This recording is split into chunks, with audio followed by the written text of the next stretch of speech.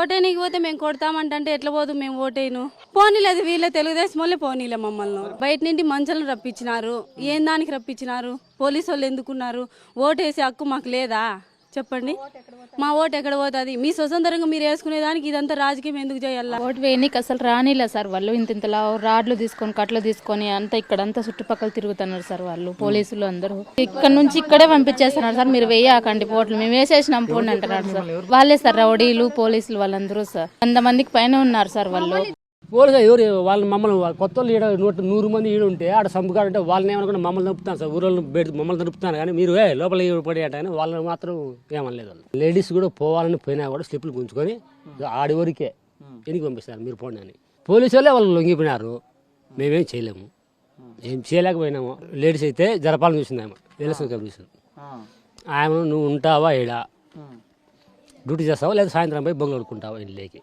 అని బెదిరించినారు ఆమె లొంగిపోయింది అది జరిగిన విషయం నైట్ వచ్చి పిలుచుకొని విన్నారు సార్ కడపోళ్ళు అంటే వాళ్ళు అన్నారు మాకు తెలియదు తెల్లారినాక తెలిసింది సార్ మా వాళ్ళని పట్టుకు విన్నారు మాకు తెల్లారినాక తెలిసింది కట్టెలు తీసుకొని తరుముతున్నారు ఏమని అడగాలి సార్ అడిగి మేము ఇద్దరులోనే మొగోళ్ళు వచ్చి మమ్మల్ని ఆడవాళ్ళ మీద చేతులు ఇచ్చి మేము ఏమని అడగాలి మీరు చెప్పు మన్నాడు ఓట్లు అనగా అసలు మా మొగోళ్ళు మాకు ఇంట్లో కాడే లేరు లేరు అక్కడ వాళ్ళు ఏమైనా చేసినారనే ఇంటికి వచ్చారనే ఏమనుకోవాలా మేము అంత జౌర్జన్యం సార్ వాళ్ళకు ఎందుకు వచ్చింది మా ఓటు ఎక్కడ పోతా సార్ మా వాళ్ళు ఇంటికి రావాలి మా ఓటు మాకు కావాలా ఓటు వేయడం పోవడానికి పోతుంటే స్లిప్ గుంజుకుంటున్నారు స్లిప్ గుంజుకునేది పోలీసు వాళ్ళు చెప్తే పోలీసు వాళ్ళు కూడా ఏదైనా మేము రగడ చేస్తే పోలీసు వాళ్ళు ఏం చేస్తారు వాళ్ళను అట్లే పెట్టి కొత్త జనాన్ని అట్లే పెట్టి మమ్మల్ని తీసుకుపోయేదానికి ఇది అవుతున్నారు 100-150 మంది మా ఊరు చుట్టుకారం జనాన్ని రౌడీలు పిలుచుకొచ్చి ఇది చేసినారు ఊర్లో వాళ్ళని గడ్డకు రానిలే ఆడవాళ్ళే పిల్లోళ్ళే ఒక్క పిల్ల కూడా ఇలా తెలుగుదేశం వాళ్ళు వేసుకున్నారు వాళ్ళు మానిస్తున్నారు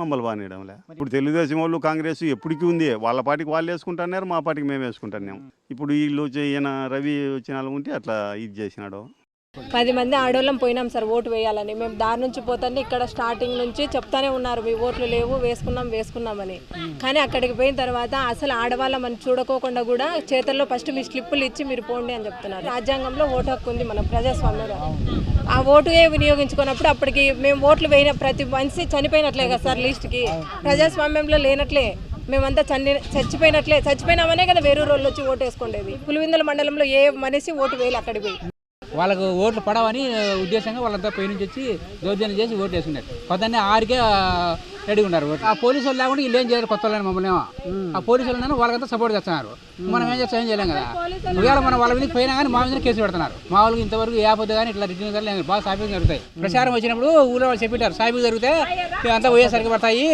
అని చెప్పి వాళ్ళు ఇంకా రెడీ ఇట్లా జరగరని ఉద్దేశంగా వచ్చి మంచులాట చేస్తున్నారు జనం చాలా మంది వచ్చారు సార్ నడుపులకు ఒక 500 మంది పైన వచ్చింటారు సార్ అంతా ఓన్లీ స్కూల్ కాడికి మేము పేపర్ తీసుకుంటారు మీ ఓటు మేము వేసుకున్నాం పని ఎన్నిక పంపించారు సార్ స్టిప్పులు కానీ మా దగ్గర ఉన్నాయి సార్ వాళ్ళు ఎట్లా వేసుకుంటారు సార్ మా ఓట్లు వాళ్ళకి ఏమక్కుంది సార్ బయట వాళ్ళకు మా ఉండూరు వాళ్ళకి కానీ పోలీసులు మొత్తం వాళ్ళకి ఇచ్చారు సార్ మొత్తం అంతా పొద్దున్నే 6 గంటలకు ఓటైనా పోవాలని రెడీ అయినాం సార్ పోయినాం గేట్ కాడికి పోతారంటే అడ్డుకున్నారు సార్ వాళ్ళు పోలీసులు మా ఓటకు మేము వేసుకోవాలని లేదని మేము అడిగినాం సార్ నీకు అయినా లేదు 11 తర్వాత నువ్వురా ఓటేచ్చు అన్నాడు సార్ సర్లేని మళ్ళీ పోయినాం సార్ 10:30-11కు పోయినాం పోతానంటే నీ ఓటు మేము కుదుకున్నాం మీరు పోండి అని దొబ్బినారు సార్ బయటకు వచ్చి మా ఓటు మేము వేసుకునే దానికి హక్కు లేదని మేము అడిగితే అప్పుడు లాఠీలు చూపిస్తున్నారు కారులో నుంచి రాళ్ళు చూపించినారు సార్ మా అక్కే కదా సార్ అది ఓటక్కు మాటేటప్పుడు మా ఇళ్ళ కాడికి వచ్చి ఏంటి కడగాలి సార్ వాళ్ళు ఓటు వేయండి మాకు వేయండి అని తెలుగుదేశం వాళ్ళు అయితే మీరు లిస్టులోనే లేదని చెప్పినారు సార్ మమ్మల్ని అయితే ఒక 10-20 ఇండ్లు ఉన్నాయి సార్ మా అయితే నాకు అసలు మీరు లిస్టులోనే లేరు మీరు రావద్దు మేమే గుద్దుకుంటామని చెప్పినారు సార్ ఆల్రెడీ ముందే మాకు అసలు లిస్టులోనే లేదన్నప్పుడు మాకు స్లిప్పులు ఎటు వచ్చినాయి మాకు ఓటక్కు ఎట్టుంటాయి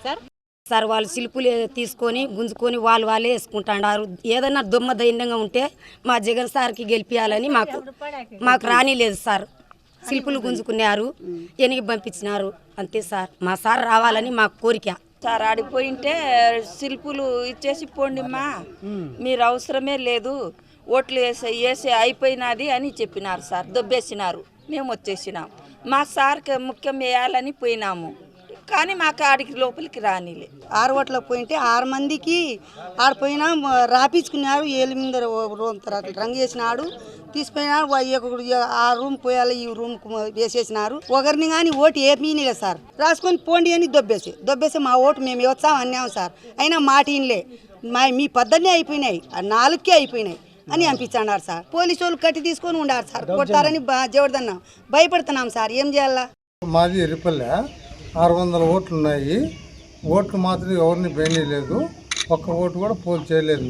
మా ఓటుకు మమ్మల్ని నిర్వహించుకోకుండా, మమ్మల్ని ఓటు వేయనీయకుండా, ఇళ్లలోంటి గడ్డకు రాకుండా పోలీసు వాళ్ళు వాళ్ళకే సహకరించారు.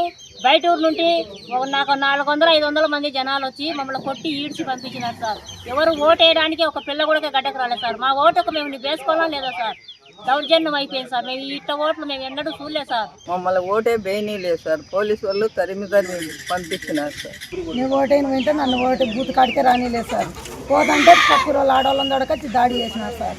పోలీసు వాళ్ళు అడ్డుకోలేదు సార్. మమ్మల్ని కొడుతున్నారు, మమ్మల్ని పక్క తీర్చి పెడుతున్నారు, వాళ్ళని మట్టు ఇడుతున్నారు సార్. పట్టణకి మమ్మల్ని 2-3 కొట్టినారు సార్ ఆడవాళ్ళు.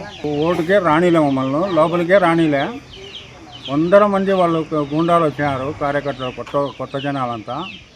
మమ్మల్ని రానిలే, అసలు కొట్టినారు, కొంతమందిని కొట్టినారు. పోలీసులు అడ్డం పడినారు మేము పోతా అంటే. ఊర్లో ఎరిపల్లె గ్రామంలో ఏ ఒక్కరూ ఓటు వేయలే. ఇంత రౌడీజం చేసినారు సార్. ఇంత అన్యాయము, ఇంత అరాచకం ఎప్పుడూ చూడలేదు సార్. మేము మా జీవితంలోనే చూడలే. విద్యాశాఖ మంత్రి లోకేష్ గారు ప్రశాంతంగా జరిగింది పులివెందులలో అంటున్నాడు.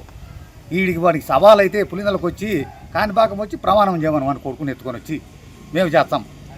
ప్రశాంతంగా జరిగింటే ఓట్లు ఒంటిమిట్ట కానీ పులివెందులలో కానీ ఏనైనా సరే ఛాలెంజ్ చేస్తున్నాం. బీటెక్ రావు భార్య కూడా ఏమన్నా ప్రశాంతంగా జరిగిందంటే ఆమె ఇప్పుడు వచ్చి ఏమన్నా ఇప్పుడు మళ్ళీ పెట్టుకోమను. ప్రశాంతంగా జరిగితే మేము గుండు గురించుకొని తిరుగుతాం. 3 ఏళ్ళ వరకు మేము వాళ్ళ గవర్నమెంట్ ఉన్నంత వరకు గుండు గురించుకొని తిరుగుతాం. ఆయన గెలిచే ఆయన ప్రశాంతంగా అంటుంది. ఏడ ప్రశాంతంగా అంతా గుండాలు జమ్మలమడుగు నుంచి దొడకచ్చుకున్నారు, కమలాపురం నుంచి దొడకచ్చుకున్నారు, పెద్ద దూటూరు చింతల దూటూరు నుంచి కూడా దొడకచ్చుకున్నారు. ఊరున దొడుకొని వచ్చి రవిడీజం చేసినారు. ఇప్పుడు మళ్ళీ ప్రశాంతం అంటున్నారు. ఏడ ప్రశాంతం జరిగింది? ఓట్లే మీకు అన్నీ అయిపోయినాయి. ఒక్కరికి కూడా ఒక ఓటు వేయలేదు సార్. శిల్పు తీసుకొని పోయినా వాళ్ళే తీసుకుంటారు, బుట్టు పెట్టేస్తారు గుర్తు. అయిపోయింది పోయినా ఎన్ని పంపించారు సార్. బాగా వచ్చినాక మా ఊళ్ళోనే ఈ హై స్కూల్లోనే వేస్తాను మేము. ఇప్పుడు ఏదో నలపిడిపల్లెకి రాలిమ్మ అన్నారు, నలపిడిపల్లెకి కూడా మమ్మల్ని రానిలే. ఏం చేయాలా? మేము గుంటెలం పోయి రానికుంటే ఈయనకు వచ్చినాము. అప్పుడు ఈవిడ వేస్తున్నప్పుడు ఎర్రబల్లెకి పోయినాము, మేము బాగా వేస్తాను. ఇప్పుడు ఇట్లా ఎప్పుడులే, ఈ ఓట్లు ఎట్లా బాగా వేసుకున్నారో ఏం కథ దేవునికి తెలుసు.